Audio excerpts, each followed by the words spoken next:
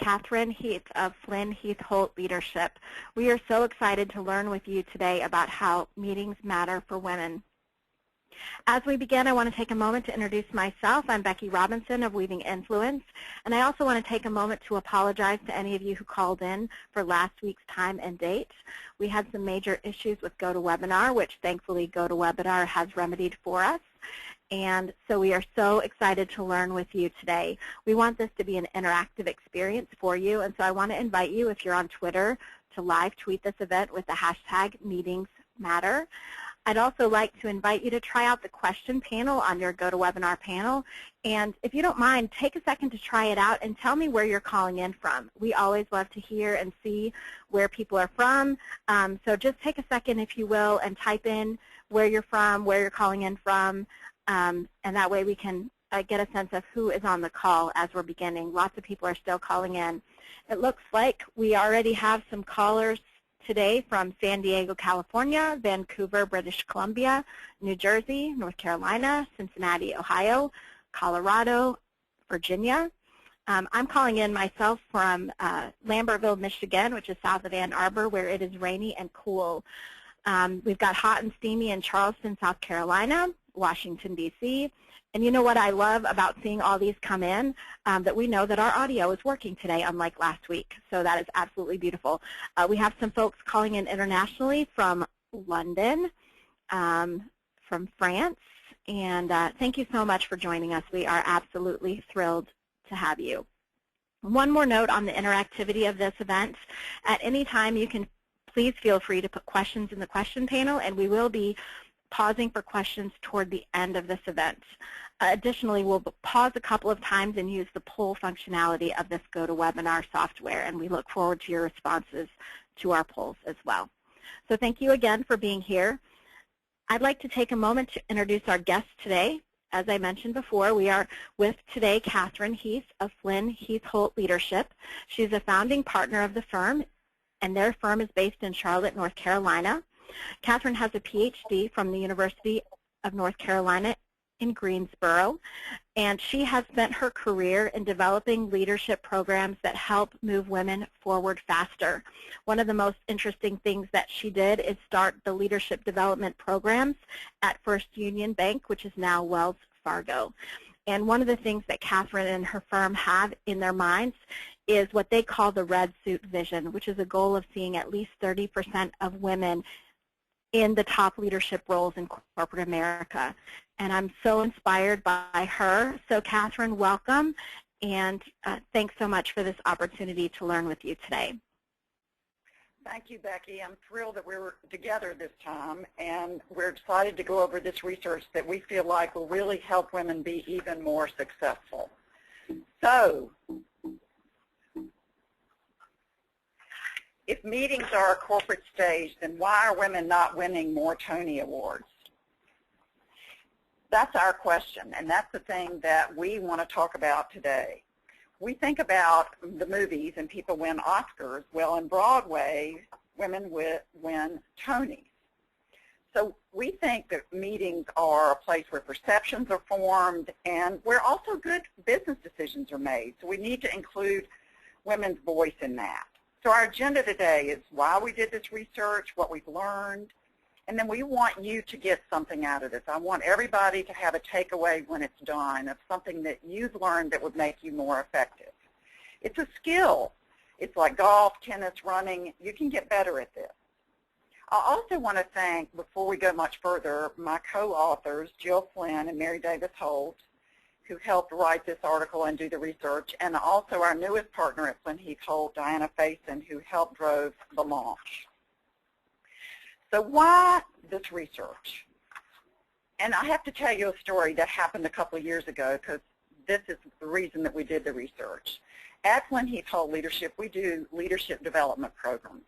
And in one of these programs, I was coaching several women.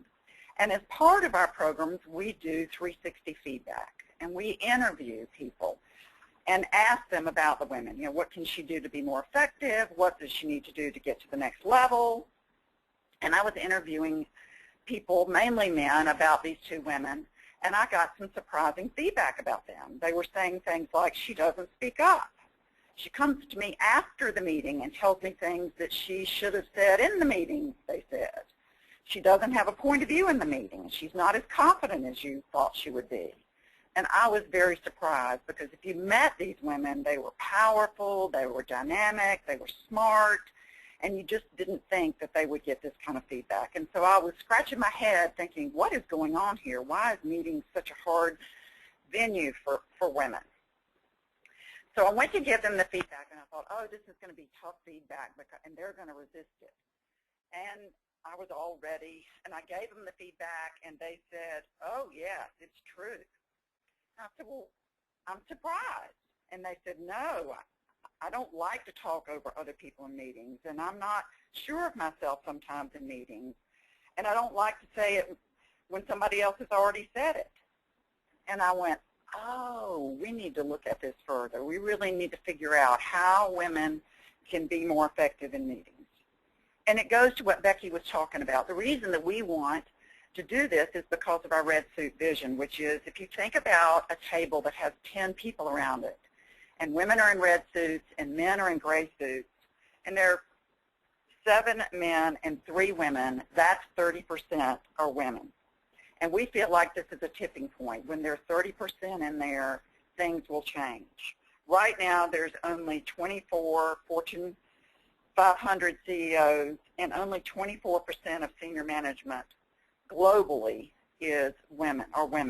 So we've got a long way to go, and that's why we're doing this. But we feel like when we get to that 30%, things will change. So how did we do this research? First of all, we looked at those 360s. We have over 1,000 of those, and this theme was running. It was a red thread through those. Then we actually did a survey of 270 women at places like McDonald's and P&G and Walmart. Is this really an issue? We had the theme in the 360, but we wanted to find out more. And then we got a resounding yes and a lot of questions that they wanted answered. So then we did 65 interviews with half men and half women, top executives, and asked them, what types of meetings do you go to? What are behaviors that are rewarded for men and women?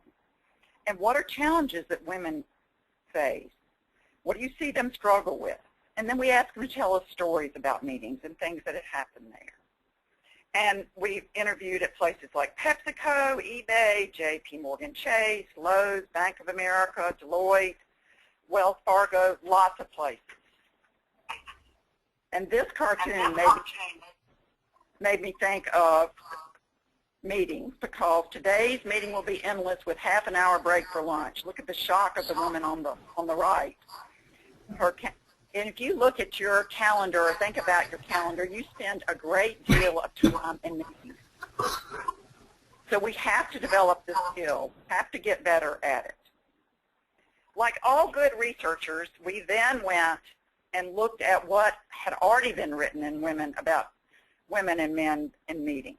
And these were some of the findings that we found. First of all, women draw others into the dialogue more. We're better at that. We're better at saying, well, what do you think? They also question the status quo more and break up groupthink.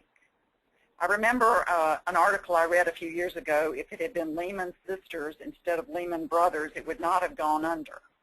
So we're good at that. The other thing is that the collective intelligence of the group goes up when there are more women. So it's just a better IQ. And then another thing the literature said is that women exhibit more communal behaviors, which is they're more supportive, they're more friendly. They exhibit these in meetings. Men use fewer qualifiers. They don't hedge when they talk. And Deborah Tannen's research at Georgetown talks a great deal about this. Men make their points faster. We're going to come back to that. And men are 6 times more likely to get their point across and included in final plans. I don't like this one. So we've got to fix this. We've got to get our points included in the final plan. And then men exhibited more agenic behaviors, which is they were more assertive, more dominant. And when I look at this, it was almost like people say, well, is this men's fault? And we don't think about that at Flynn Heath Holt Leadership. We're not mad at men. There's no right or wrong here. We just want to figure out what's going on. Our purpose is to help women. We also work with organizations to change, and I'll talk about that later. And we also work with men to help them change. So before we go any further, one of our core beliefs here at our firm is that a great career is built on strengths. So pull out a piece of paper for me and write down 3 of your strengths. It can be things like I'm creative, I'm persistent, I'm focused, I'm calm. Just write yourself a little note. We're going to come back to this. And what we've known about careers is that if you think about a career trajectory, you can go further with your strengths than you can by doing incremental improvement on your weaknesses. So we want to get you grounded in these, and we want to figure out how to get you to use these in meetings. So everybody got theirs down? All right, keep that close by because we're going to come back to it. All right, to the results now. We asked the question of both men and women, what is good meeting behavior? And I want you to think about this on the next slide. I want you to, Becky's going to do a poll, and which one was mentioned the most? There's 5 here. So which one do you think of these 5 was mentioned the most often when we talk to men and women about what were the most valued behaviors in meetings? Thanks, Kathryn. I'm ready to start that poll. And if you can maybe explain, I don't have this level of detail. When I launch the poll, this level of detail is going to go away. So is there anything more you want to explain so that we get the correct answers in our poll? Well, the first one is conciseness. The second one is actively being present. The third, do you have a strong point of view? Are you deeply prepared? Or do you ask great questions? So which one is mentioned the most? Got it. This is the most strange thing that has never happened. My polls have disappeared. This is not as seamless as hoped. So we're going to launch that poll in just a minute. And what I'm going to ask you right now, I see some answers coming in just to the question panel. And so far, we have some great thoughts being shared, and I appreciate those so much. If you want to continue to share, I would be glad to share your responses here as well. So we have a lot of people coming in, Kathryn, with number 3, number 4. People think that a strong point of view is important. Being concise is important. Asking great questions. It looks like I'm seeing these come in at a rapid fire pace, and people have very much are in alignment with all of them. Well, let me give you the answers then. The one I would love to see the answers. The one that was mentioned the most is actively present. And what this is that people said to us, men and women, is that to be really good in a meeting, to have good meeting behavior, that you have to not multitask. That you're not on your PDA, you're not on your computer. When you're on a conference call, you're not doing emails. You are listening to what's going on. You're not thinking about what you have to do that night. One woman said to me, I'm weary when it is over. If I have done a good job in the meeting, this was mentioned more than any other answer. And I'm guilty on this one. I get on a conference call and do emails, and you're really not present when you're doing this. The second one that was mentioned the most is that you're deeply prepared. This was mentioned by both men and women. Somebody said, you can tell if people have done the pre-read. Another person said, do not waste my time if you have not done your preparation. People felt like that you needed to do your homework and come into the meeting ready. The third one was that asking great questions. People talked about there's a moment in a meeting where people ask a question that changes the course of the meeting or changes the course of a plan, or even one person said it changed the course of our business. So you are questioning the status quo, and women are good at this. So this is a strength that we can use.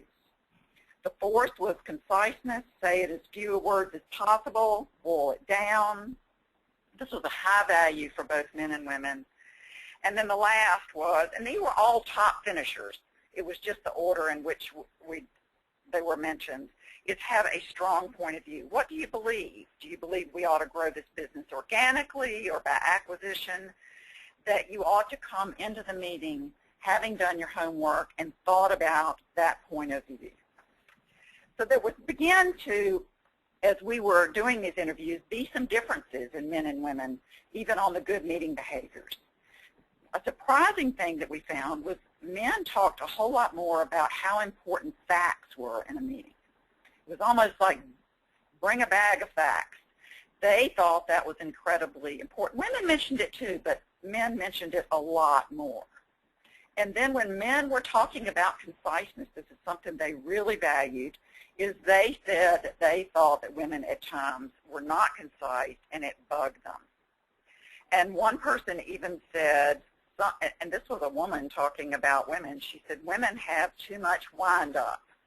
And I think about a baseball pitcher when he's winding his arms around, getting ready to throw a pitch, and that's what they mean, is that we put too much of a preamble for what we're our point, and we need to reduce that. So these were just differences I think were important to note. So the next question we ask is, what challenges do you think women face? And it was all about confidence. And then this one was surprising to me. We knew this, and we've written about it in our book, Break Your Own Rules, but it kept coming up. Here are a few of the quotes, and these were from women. Yes, we are less confident, but we're outnumbered 5-to-1 and tend to feel less fully at the table. Another woman said, we struggle to show our strengths. It's hard to claim your space in a meeting of all men. Men said some interesting things about challenges for women in confidence. You allow yourself to be interrupted. A soft voice will not hold the floor. Women do struggle to be heard. One guy said, if you're nervous, you didn't rehearse.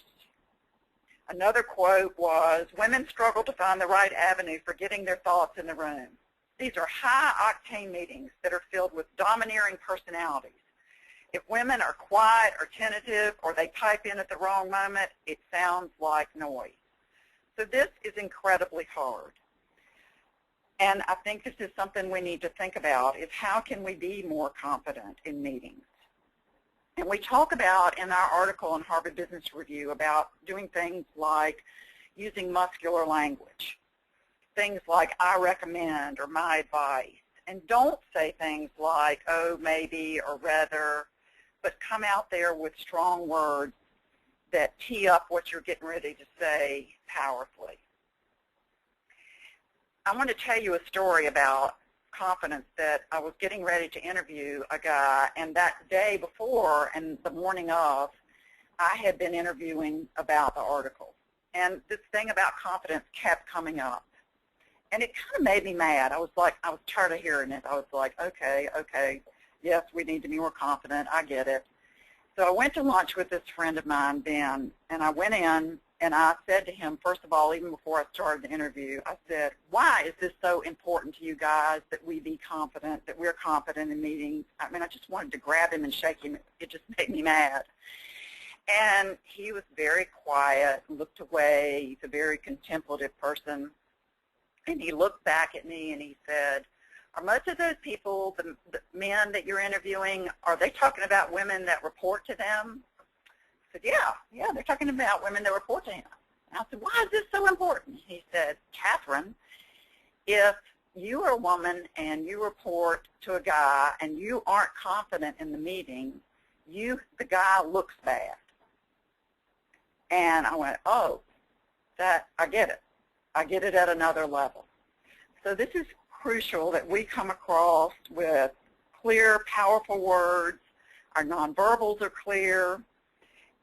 And if you haven't read our book, in our chapter, there's a chapter there, or you can go online and Google up confidence. And then there also is a great TED Talk by Amy Cuddy that's called Your Body Language Shapes Who You Are, and it talks about confidence. So there are lots of different ways you can work on your confidence and show up in a meeting in a powerful way. So another question, what men said they want women to do. They want us to assert ourselves. They want us in the meeting. Men said over and over again in our interviews that we need your voice in the room. More than one time, they said, you're the smartest person in the room. Get in the conversation. Get into discussion. Don't defer or be cautious. We need you. And so I think there is a lot of positive intent from men. They really want us in there. They really want us to be part of the conversation. One guy said, we make mistakes without you. We need you to get into the discussion. Now, I know there's a double standard because at the same time they're saying get in the discussion and be concise and bring your facts and all those things, but they really, truly want us in the discussion. All right, I want to go further about this point of view because I think this is a takeaway for some of you because this was mentioned a lot in our 360s that women really need this. And what a point of view is just think about it as your dogma, your doctrine, your belief system. You know, how do you feel about sales effectiveness? How do you feel about using technology in your business or organization? How do you feel about a change strategy? It's almost a policy, if you had to go write a policy paper. So when you're doing your preparation, you're thinking about these. What is my point of view on these things that are on the agenda? And how can I talk about it in a crisp way? I think at times women are overly collaborative and don't have this point of view. So you're going to have to burn the brain cells and come into the meeting with a point of view. And I think it will help you stand out in the meeting as having been well prepared. I love this cartoon. That's an excellent suggestion, Ms. Triggs. Perhaps one of the men here would like to make it. Here's a surprising thing. In this day and time, this is still coming up. Many women said to us that they would make a comment and nobody would just kind of fall flat on the table, and then a man would make it a few minutes later and it would get accepted. And that goes back to the 6 times more likely to be in the conversation.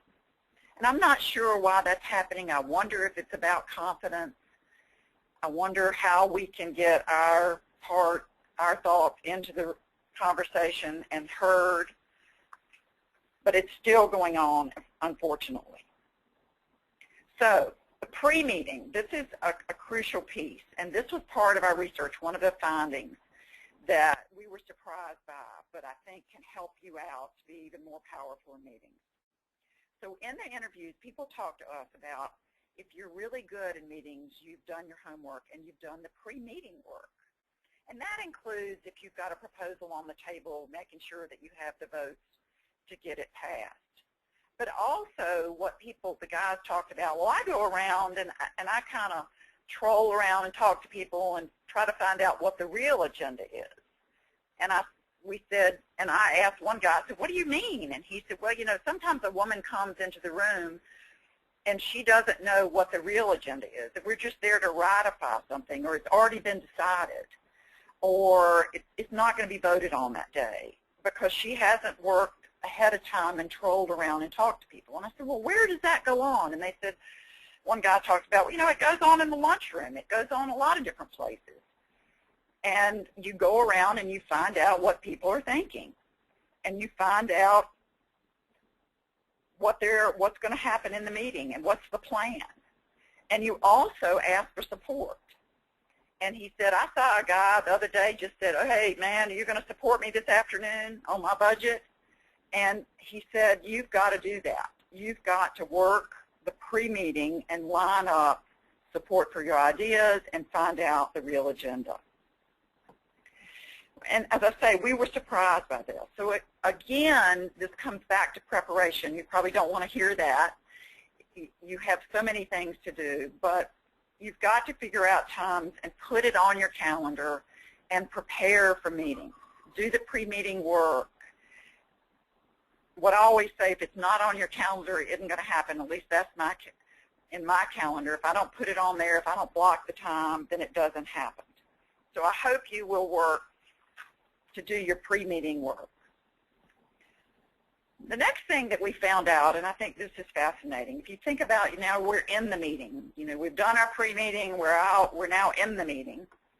And think about it like a tennis match. And if you've ever watched Wimbledon on TV, the TV camera goes to the people in the stands, and you can see that their heads are turning from side to side. They're watching. It's almost right, left. They're watching the ball go back and forth. And what this person says is to be able, and many women in our pre-polling said that they really struggle to get in the conversation, to break in. They can't get their voices in. And I think what you've got to do is think about the tennis match and think about where the ball is getting ready to go so that you can jump in at the appropriate time. You may even have to talk over somebody. But to get that transformational statement in there, some new insight, some new idea, some new strategy, some summary you want to make. And what people said is people who were really good in meetings made, both men and women, made transformational statements or asked transformational questions. So in order to do that, you've got to be watching and be able to get in. Recently, I was doing a jump rope with some young women. They were really good at it. And it was the big jump rope, not the little, not a single. There were two of them on the jump rope. And they encouraged me to come in and jump rope with them. And I thought, oh, God. But I did. I was a sport, and I jumped in. And the first time it didn't work. The rope hit me on the back of the legs. And I thought, okay, I got to do this. So I really focused on the rope coming around and watching that rope, and then I jumped in. And the second time I was able to do it. And that's what you've got to do. You've got to really focus and get into the conversation because, as somebody said earlier, these are high-octane meetings. There's a lot going on, and you've got to get in the conversation. All right, one of the things that we talk about in this research is that we figured out the book Men is from Mars and Women are from Venus is really true because there were a lot of gender dynamics. It was almost like we were cross-talking to each other. And the first one was men said things like, get in the conversation, be more concise and factual. And women were saying back, I don't like to repeat what's already been said, and I don't like to talk over people. And so we were almost missing each other. And just know that this dynamic is going on in the meeting. And we want you to get in. Women wrote in, as I said earlier, and said, I can't get in. And what we always say in our coaching is, say something early in the meeting. How about those Cubs? Or say something about the weather. But get your voice in the conversation early. Then it's easier later on to come in. Say something early on about the agenda. And in every meeting, you should make at least 3 comments. Get in there. And if you aren't getting heard, turn the volume up. Some people say, well, I don't want to yell. And I'll say, well, just think about the remote control on your TV and turn the volume up just 2 clicks. Just put a little bit more air behind your voice, and hopefully you'll get heard. So think about this gender dynamic when you're in a meeting. The next one that we saw is that there was a gender myth when there was a heated discussion. Men would say things, don't lose your cool. And women would say, I thought I was just being passionate. And that's one thing that we were, again, surprised with this. And I think there's a double standard here yet again, and we get misunderstood as women. One person said, there's a real knack to having a burning platform without burning down your platform. I want you to be passionate and just know that sometimes it might be misinterpreted. I'm not saying change. I would never ask you to be anything but your authentic self. I don't want anybody to violate their integrity, but just know that this is going on. And the last gender dynamic that we saw was about conflict. Guys would say, this is just a debate. Don't get defensive. And women would say things like, it feels like a confrontation and I don't like it. Many women said to me, when things get heated, they shut down. And they don't like it. They stop talking. They told stories about meetings where things had gotten dicey and they didn't like it. And we even named it. We have a name for it, conflict paralysis. They just almost froze. And what men said to us, it's just part of the game. It's just part of the debate. And don't worry about it. Don't get defensive. Get in there. We need you. I like this cartoon. I feel a genuine sense of relief when meetings like that are over. Look at the guy on the left. It looks like he's doing downward dog. All right. The next one that we heard when we did our research was something called retained angst. And Karen Dayhut at Booz Allen Hamilton even told us a story about this, where she talked about a meeting where she went and things were really tough, and there was a hugely heated discussion, and she really held her ground. And she wondered, the meeting was over and everybody went home, it was on a Friday, and she worried about it all weekend. And she thought, oh, these people are going to be mad at me, and I'm not sure what it was. And Monday morning they all came in and everything was just fine, and they just said it was part of the intellectual jousting that goes on. And she said she burned, and other women told us this, a lot of emotional fuel, and almost ruminated over it over the weekend. So let it go if you have a tough meeting. It's just part of it.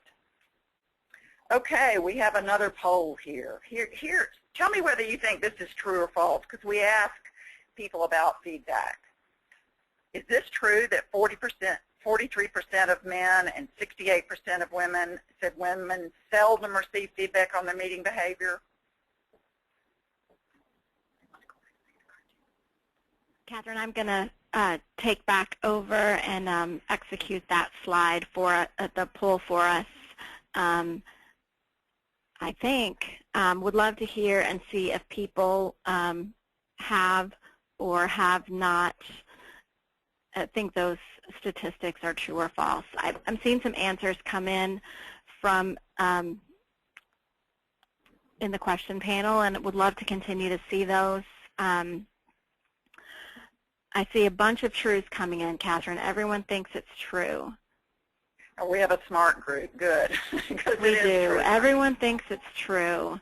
I'm going to need you, Kathryn, to show your screen again.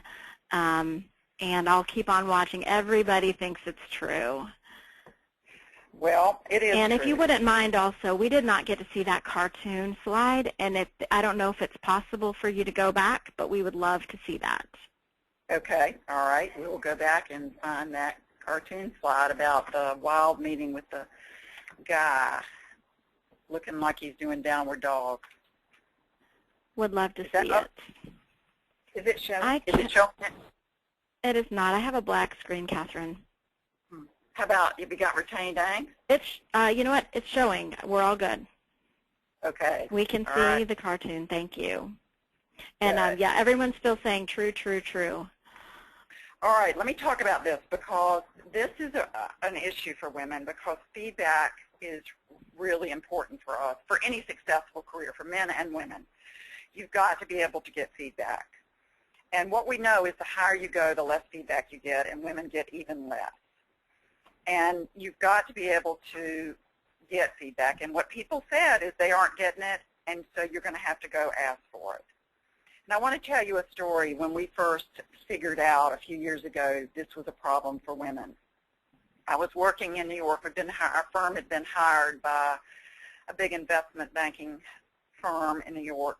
Two really high-level women had derailed, and they had gone very high and then had not been successful. So I interviewed everybody on the management team to find out what happened.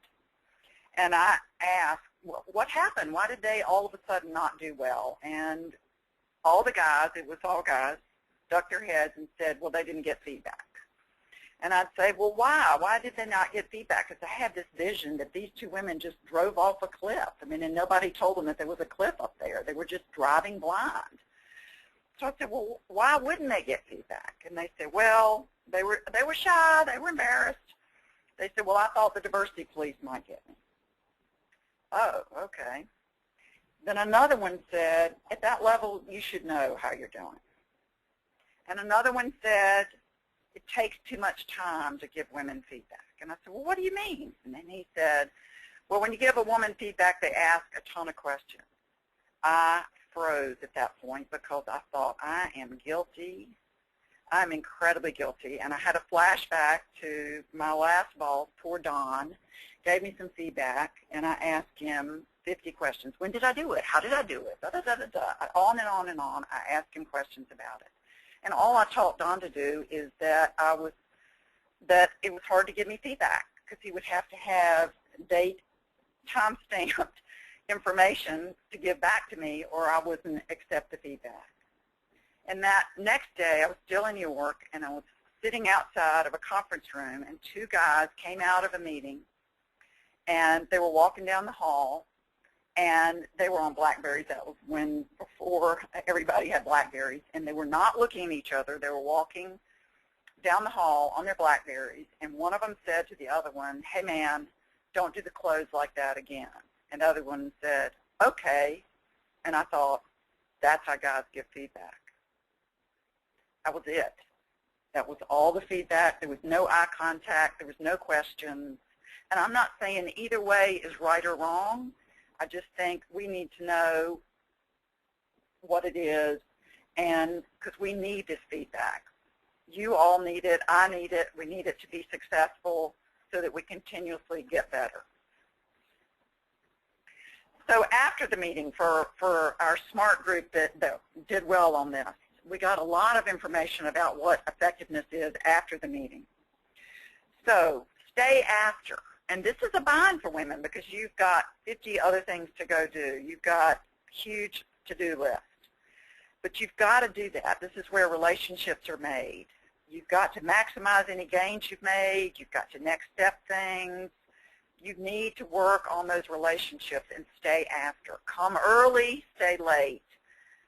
We want to be in the decision making, and those informal times are crucial for doing that. And then even after that, when you've gone back, you need to reflect on what you contributed and ask for feedback.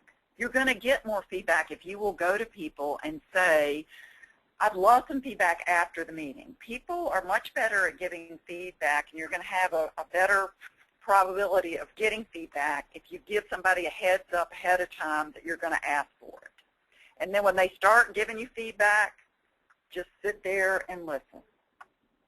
So to summarize on being effective, so I want everybody to get something out of this. You've got to prepare. You've got to prepare to talk, not just to present. You've got to be intentional. How do you want to show up there? What's your outcome? You have got to rehearse. Some of our coaches here at Flynn Heath Holt are actors, and I overheard them recently, not too long ago, having a conversation, and they were having a conversation about a woman that had not done well in a critical meeting for her. And one of them said to the other one, these are two actors talking to each other, can you imagine going on stage and not having rehearsed? And I went, ooh. And we don't think that meetings are staged. We don't want you to act. We want you to be real, but rehearsal is still important. Find out that real agenda. Go around and build on those relationships. Be confident. Just verbally and non-verbally. How can you show up with confidence? Be concise and bring those facts. Bring what I call meaningful specifics. One of my old bosses talked about this, and what I think it really means is, what is the percent we've grown? What's the return on this? Benchmark data, new sales, any kind of tidbits you can bring in there. Take the conversation to the next level, and you have to think about that.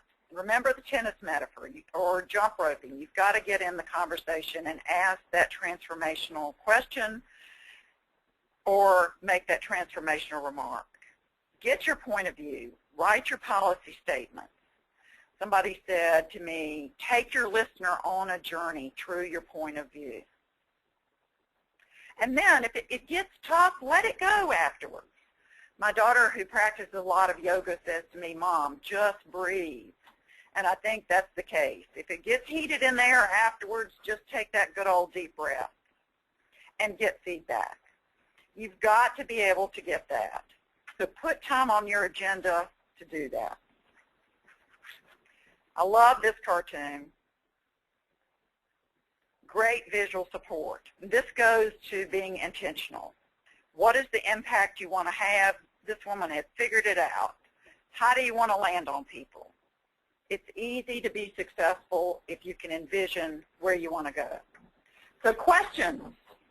Let Becky please send her your questions, and I'll look forward to answering them. I have quite a few questions coming in, and I'm so excited to share them, Kathryn. Just recently we had a comment come in related to this last point that you're making about taking a listener on a journey through your point of view. And the question is, how is that possibly in conflict with being concise? So I wonder if you could address that one first. I think that's an important point to make, which is you do need to condense it. You think about it. One woman said to me, if you hear something in a meeting that's really good, it probably was rehearsed. And I think that's what you have to do. You have to think about, how can I tell this in such a way that people can come with me? I use powerful, muscular words, and I do it in a condensed way. And there's not a huge preamble. Jill tells a story one time of a woman saying, I'm not the expert, but you need to listen to me on blah, blah, blah.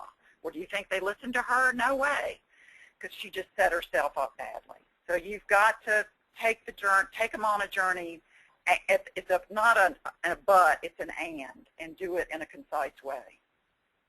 Great. That helps so much. Here's another comment that came in earlier in the call from Julia related to what you said about the wind-up and how men will get impatient in meetings and interrupt because they don't enjoy the wind-up. So she wonders, if we reduce the wind-up, will men stop interrupting? I'm not sure they will. But you still, you can politely say things like, I would love to come back, and there's an important point I'd like to get into the conversation. You can take the floor back and do it in a lovely way. So I think you can do both. But I hope that if there's less wind up, there will be less interruption. But I think sometimes you're just going to have to call back the floor to let you have the floor. That makes sense. And we had another kind of comment also when you were addressing the issue that quite often men will take an idea as their own. And so this listener was wondering, when that happens, can you say, thanks for reiterating my point? And how would that be as a tactic of dealing with that? I think you can. You can say, yeah. You can say, you remember a few minutes ago I said it this way, and I think we are in violent agreement. And just put it right back out there and claim it as yours. And do it in a lovely, gracious way. You don't have to be rude or angry. You can just say it. Great. Thank you. So here's another question that came in from Jane. She wonders, what's your advice to the woman who does concisely and confidently present her point of view and then gets caught in the double bind of being criticized for being too aggressive? We get that. As again, I've said probably 5 times in this little bit, there's a double standard. We get called aggressive and the B word much quicker. And Catalyst has done research on this, not just Flynn Heath Holt, and you just have to be aware of it and know, how can I say this in a way that can be heard? Got it. Okay. So, Kathryn, I want to go back to a question about this whole topic in general that has come in. I'm wondering why you think meetings are such an important venue for women. Well, it's where you're seen. It's where women are noticed. It's kind of where talent is spotted. And there's been a lot of research that women don't have sponsorship. And this is where we feel like women can claim sponsors, or people can see them and see them doing well. And there's an article that was done probably 3 years ago called The Last Glass Ceiling, and it's called The Sponsorship Effect. It's a very good piece of research. And what we feel like is meetings is a place where you can get sponsors. And we think women are over-mentored and under-sponsored. And the difference between a mentor and a sponsor is a mentor is somebody that gives you good coaching advice, good feedback, but a sponsor is somebody who uses political capital for you. They really stick their neck out. They put you up for a job. They put you up for a key assignment. They take a risk on you. And we really we feel like meetings is a place where you get noticed and that sponsorship begins to build. And women need this. To get to that 30%, we need for all of you to have more than one sponsor, not just one. There's some research that says that that it's not good to have reliance on one sponsor. You should have several people who will support you. And what the article showed is that only 1 in 5 women had sponsors. We have lots of mentors, but not many sponsors. Kathryn? The place where that happens. We lost your audio again. If you could speak up and repeat that last point, I would love to hear it again. Are you hearing me now? We could use a bit more volume on the call. The sponsorship effect is something that we think is crucial for meetings, that we feel like that's a place where you find sponsors and they see you. And we want women to come across powerfully and confidently and with all their smarts in a meeting so that sponsors will realize that this is somebody I want to use political capital for. We feel like women are over-mentored and under-sponsored. So a question just came in, Kathryn, as you were speaking about sponsorship from Cindy. She's wondering if it's appropriate to ask someone to sponsor in a particular issue. Not really. You don't really want to ask somebody, it's not like getting pinned or going steady or anything. And you just have somebody that that is going, you can say, will you support me? Or you give me career advice? Or will you put me up for this job? I really want this job. But you don't really go and say, will you be my sponsor? Because it kind of evolves. Most of the women on this phone have been sponsored for somebody else, hopefully another woman. And you didn't really name it. It just is a relationship that happens.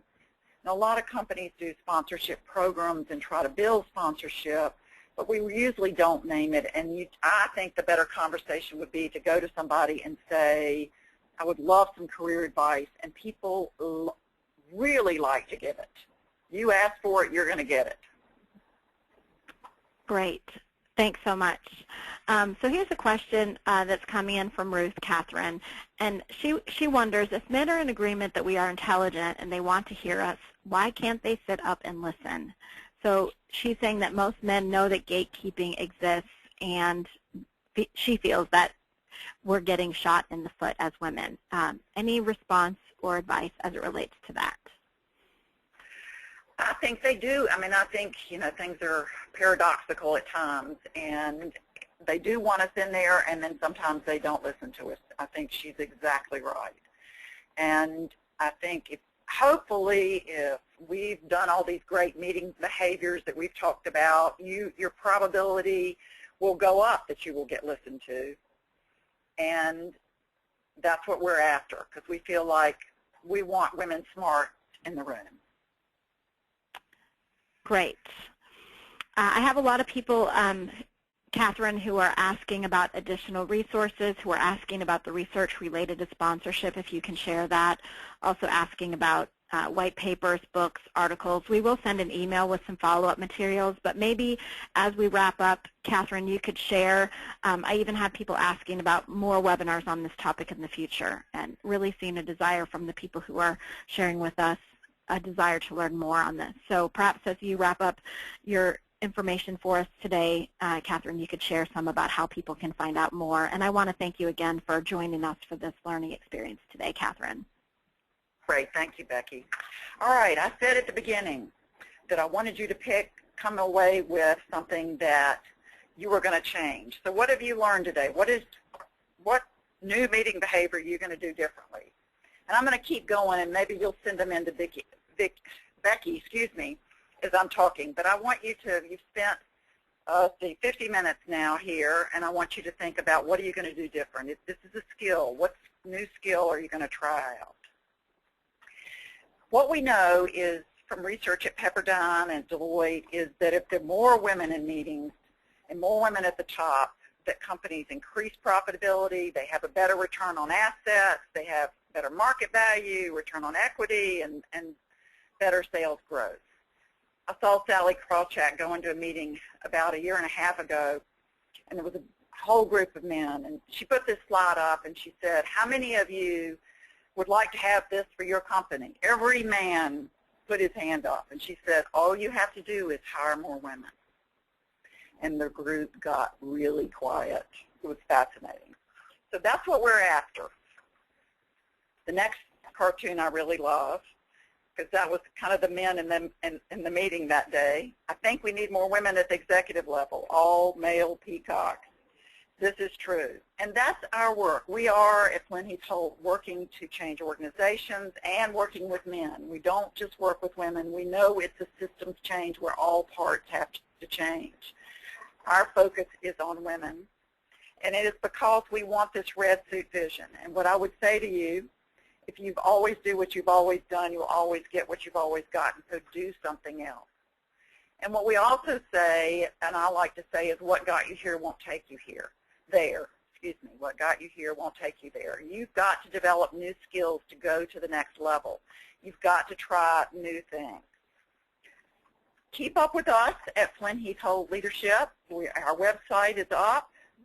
We post all sorts of things there. We're on Twitter, LinkedIn. We put content on LinkedIn, Facebook. There I will email out to you the Sponsorship Effect article, which is a good one. And then also we have on our website, we have a book list of lots of resources that you can use. So back to that strength we talked about earlier. I want you to pull that piece of paper out. Everybody got it? I want you to think about how can you use your strengths. You're going to get a better trajectory, more lift in your career if you use that strength. So if you're creative, how can you use creativity in your next meeting to ask a great, unusual question? Or how can you use your strength at driving change? You have a point of view about driving change, and you put it in there. It's a strength of yours. So how can you do that to show how good you are? What I know is success is achieved by developing your strengths, not by eliminating your weaknesses. So go win a Tony. Vanessa Redgrave and Blythe Danner and Bernadette Peters are all Tony Award winners, female winners. They won for their work on Broadway, and we know that you can. Thank you for being with us. We look forward to hearing from you, and we will send you some more information about the sponsorship effect and other things. Thanks, Becky.